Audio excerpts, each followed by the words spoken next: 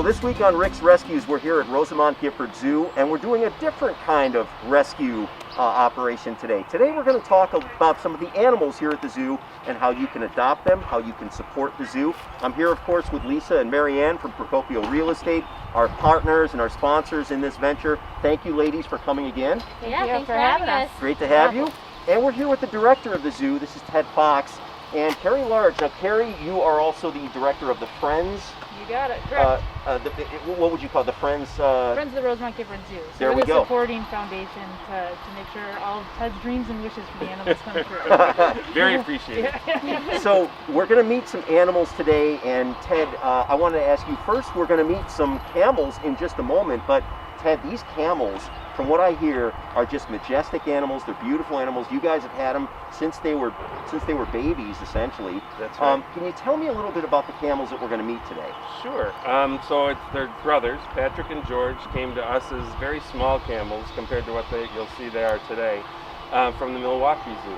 So that's how we usually get animals, is from other accredited zoos. We trade, we organize the management of each one of the species we have and then decide who could use them. And we certainly were looking very forward to getting camels here. We know that other zoos have used camels, but they're great education animals. Their adaptations to how they live are really cool. And we're going to add this year, we do meet and greets with them in keeper chats where the keepers come out and talk about the animals. But this year we're going to actually have welcome the visitors to be able to feed the camels. So we're really excited about that. And we're introducing a lot of animal encounters, so you can go behind the scenes in some of the areas now and get up close and personal with some of our really cool critters. How much fun is your job here at the zoo, being the director, being able to kind of see these animals on a daily basis, interact with them? I can't imagine. It's got to be just a joy to come to work every day. It is. It's absolutely the best job in Syracuse, I gotta say. I've been here for 30 years. I started as a keeper, so I've come up through pretty much every position you could have here, and it's amazing every day. And the best part about it is when you make the kind of our communication with our visitors, especially the kids, and they look and meet a camel for the first time or some animal, and that can change your life. You know, we have so many adults that come back with their kids saying, I remember this experience here at the zoo, and that's what we're all about, is sharing what we do, sharing how cool and interesting animals are, how we can help them in the wild and here at the zoo. So it's the best place ever. That's amazing. Carrie, you have some special programs as well. Now let's say, we were talking a little earlier, Mother's Day coming this weekend. Let's say you want to give Mom a real unique gift, and Mom's an animal lover. What would you suggest in that spirit? How would you really give Mom something meaningful when it comes to animals here at the zoo? What can people do? Moms love everything, right? Especially if their kids love it. So just having a pass to come here. Adopt an animal. We have different programs where you can legitimately adopt an animal. You get a stuffed animal from there and some information about them.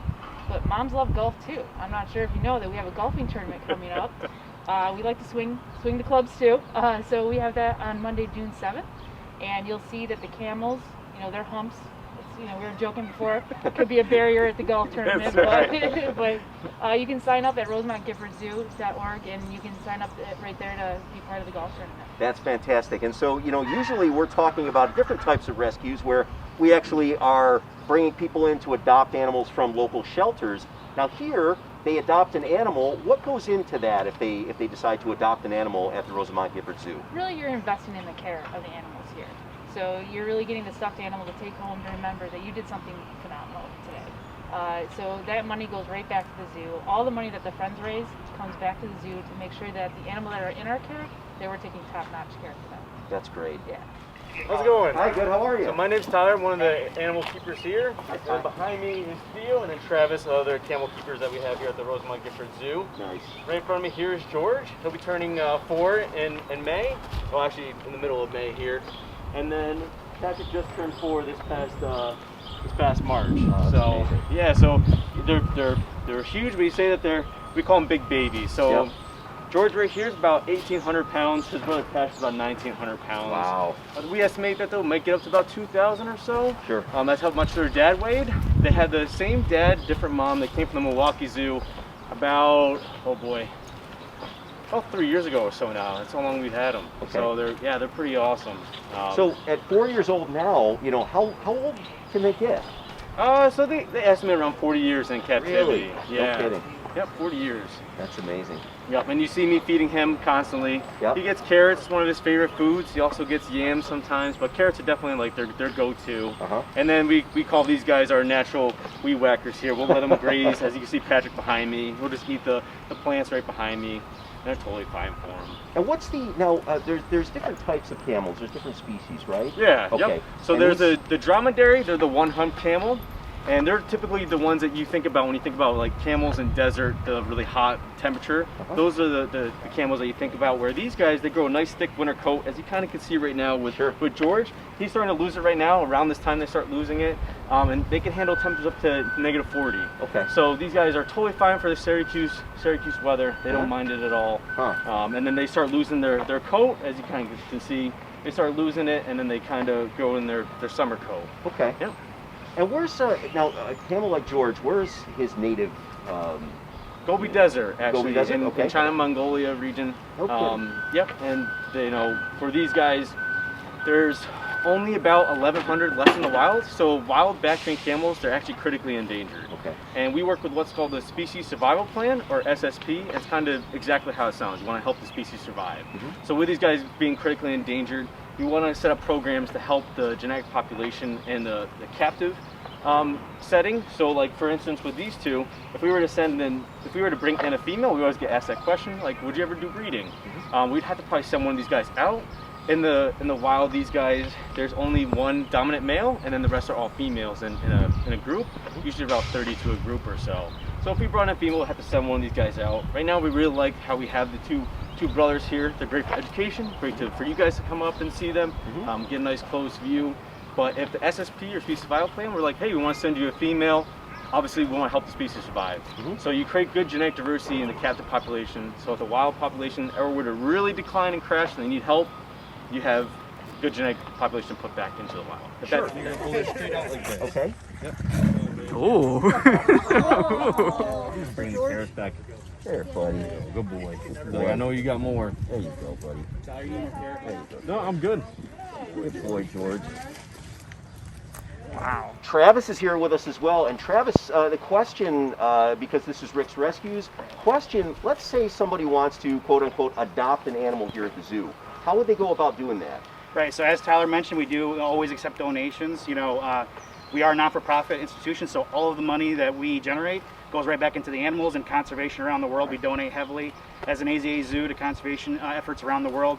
So, you know, like these guys' native habitat, also other institutions, we donate money to the Vaquita Porpoise Project, things like that, to benefit animals in the wild as well. But if you want to donate, if you want to adopt a specific animal here at the zoo, we do have an Adopt an Animal program where you can basically purchase an adoption package where you get certain things like maybe a plush of the animal that you're interested in, and you'll be able to, there's certain levels of that, you know, adoption program, and you get your name on a list, and for a year you'll be like a senior keeper or, you know, a junior keeper curator, things like that. And you know, that money goes directly to benefit the animals here at the zoo. So. Awesome, that's a great idea. You know what? That would be a great gift because Mother's Day is coming this weekend, so how about having Mom adopt an animal here at Rosamond Gifford Zoo? I think that'd be a great idea. So Travis, thank you. You're welcome. Tyler, thank you very Absolutely. much. George, thank you, buddy. It's great to meet you. Good. Come over. Look at that. That's Egon, huh? Hey guys, how are you? Good, how are you? Okay, I'll stand where you are if that's Okay. Lucas? Yeah. Okay. Right, so you may not know, but I'm a huge fan of birds, and that can include birds of prey or domestic birds that sit on your shoulder while you're watching TV. We're here with Lucas, and Lucas is holding Egon. Lucas, tell us what type of owl Egon is. Sure. So this is Egon. He is a Eurasian eagle owl. Okay. He looks a lot like the owls that you might see around here in upstate New York called a great horned owl. But this is their cousin that lives over in Europe and Asia, and it's a bird that's quite a bit bigger than our local owls we have here. Maybe do you want to guess how big this owl is? Wow. How much he weighs? How much he weighs? All right, let's, I'm going to say Egon weighs 8 pounds. It's actually a good guess. Sometimes I get some outlandish guesses like 30 pounds, 40 pounds, and I make a joke about how strong I am, that I can hold something like that. But he's surprisingly only 4 pounds. Okay. So being a bird, they have hollow bones, they have feathers instead of fur, they have a lot of adaptations to make them light, to enable them to fly. Yeah. So they're deceivingly lighter than you think, but still very powerful and a very good predator in his area. Now, Egon, you have Lucas, you've actually raised Egon from a baby. Yeah, we got Egon when he was 3 weeks old, and he was slated to be, an ambassador for other owls in the wild. So we needed to get him really used to being in scenarios like this, really close to people, so that he can be nice and calm in situations like that. So I got to take Egon from when we got him and really habituate him to being close to people. So I would take him home with me at night, and I would do all the hand feedings myself. I would be feeding him. He'd always be looking to me for food, and all sort of habituating him to all sorts of different environments and being around people. So really, between Egon and myself, it's not a bond like you'd have with your dog where they're super happy to see you. It's more of, he has the highest tolerance for me out of anyone else. So it allows me to be able to help him when the veterinarian staff comes around, things like that, so I can present parts of his body to them that they can examine. He's also very comfortable with me. It's always hand feedings with him, and so it's a nice bond. For us, more of it from him to me, it's a tolerance, and for me to him, it's obviously a love of owls and Sure. of this bird individually. Okay, so now the question, what does he eat? And how much does he eat? So here at the zoo, he eats chicken, rats, mice, quail. Out in the wild, they have a wide range of prey that they can hunt. Pretty much anything that they can catch, from the size of a mouse up to the size of a small species of deer that live in their range. No kidding. And anything in between. They'll hunt other predators. They can hunt fox, other hawks, other raptors. Pretty much anything is kind of open to them. They will hunt some birds, hunt terrestrial animals. I've even heard of them grabbing things out of the water. So they're very adaptable to a lot of different types of environments and different size prey, which helps them be a successful bird in the wild. So one last question. You mentioned that when he was a baby and as you've been raising him, you would take him home at night. Yeah. Tell me about how that works out. I mean, how do you get him in the car? How does he react when you get him home? It's an interesting process. I was really happy to do it. I had a large tote that he went around in, and he would sit in that, and I could put him in the car, I could buckle him in, and it was really a funny thing to be driving down the road, and people could actually see his little owl head sticking up above he was secure, but they could see him. So I just couldn't wait to pull up next to somebody and see the reaction. But at home, it was just keeping him a part of a daily human sort of life, and he would sit in the living room with us as we're watching TV, just to get him used to sights and sounds and things, so that he could come out and really be a good ambassador. A wild type bird would not like to be in a close scenario like this with people. So that he can be around people and people can really get that awe factor of seeing these huge owls up close, and can really make them fall in love with them and maybe have us care enough about them to do something for them in the wild, whether it be improve your habitat around your own home, something that can set up these guys for success in the wild, things like that to help them. That's what we're looking to do, get that connection with people. So that's what all that was a part of, was to get him into scenarios like this where people can see how amazing these birds are. That's awesome. Well, Lucas, thank you for your time today. Thank you for what you do for the animals here. And Egon, it's so great to meet you, buddy. All right, thank you. So, Carrie, we're going to meet a sloth, which is really exciting. I don't know about you ladies, I love sloths. Absolutely. So, They're more my face. now, there's some other cool programs at the zoo here that you and I talked about off camera, but I think it's a great idea. Maybe you could tell me if maybe your child wants to have a birthday party at the zoo. That's possible, right? Oh, absolutely. We are now a full catering. We have a banquet facility. You can have your birthday party here. You can have your company party here. And you can even get married. So we have these wonderful penguins that are already dressed up in your tuxedo, ready to have your wedding there. But you can do your IDs right in front of them. And of course, when you do that, you're helping support the zoo, helping take care of the animals, feed the animals, their medical care, things like that. Now, here's the big question. could Aranya, who we're about to meet, could she make an appearance at a party if you were to have a party at the zoo? Absolutely. Aranya loves greeting the guests to come at your event. So she could be there, welcoming everyone to your party. And I love the statement that you just made. 100% of the funding that we do get goes back to the zoo. So weddings aren't always cheap. So why not have some of that funding go and support the zoo? Look at this lady. Here, okay. Okay. So this is Aranya. She is a Hoffman's two-coat sloth, and she has a really interesting history, like so many animals at the zoo. When she was 4 days old, she sustained a really bad injury to one of her arms, and it was actually fractured, and was kind of rejected from her mother. So Hoffman's two-toed sloths had never been hand-reared from that young of an age. So the staff worked really hard to get her on a formula that she liked, and were successful in raising her. No kidding. She never really took to going back to the other sloths, and because of that injury, she was a little bit weak and holding herself up in the exhibit. So we just felt like it would be best to keep her away. Right. And she's become a really important ambassador for classes and education, and really loves her time out with the people. And she's a pretty amazing animal. She really is.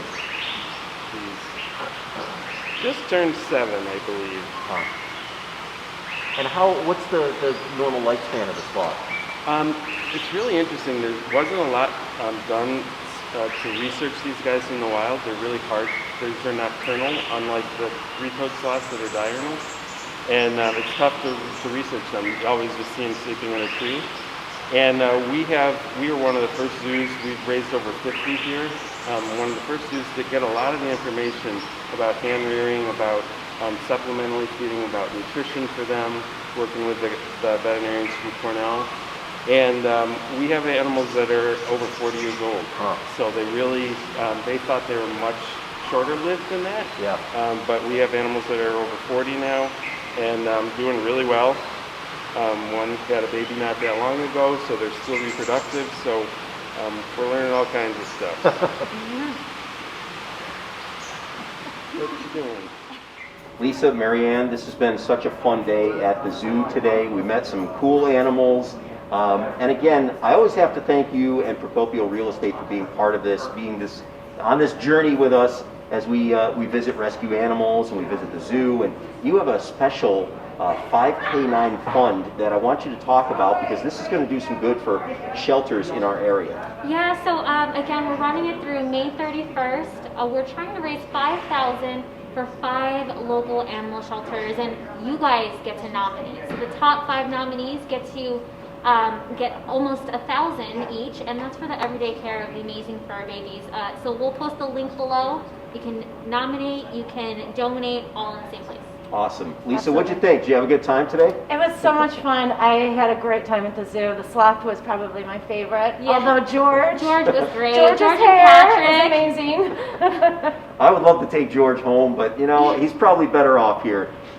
Something else coming up at the zoo or about the zoo or to help the zoo out that we want you to know about, it's called Tee Off for the Animals. It's a charity golf tournament. It's happening Monday, June 7th at Bellevue Country Club. If you want some more info, you can just go to rosamondgiffordzoo.org and get the details there, but that would be a great way to get some golf in and to do some good for the zoo here as well. Now, a couple things. If you want to support the zoo, you don't have to make a reservation or pay admission to just come in and adopt an animal here or to visit the gift shop. You can just kind of come in and do that anytime. Now, when you do choose to adopt an animal, you'll get a package like this. Now, for instance, we met Aranya, the sloth. Well, if you just choose to support Aranya or adopt Aranya, you'll get this package here. You get a picture of her, and you'll get a stuffed version of her to take home with you. And you know that you'll be doing some good by providing for her, for food, for her medical care. It really is a total package. So this would be a great gift for mom or for anybody. Just go to rosamondgiffordzoo.org for more details on how you can adopt an animal here.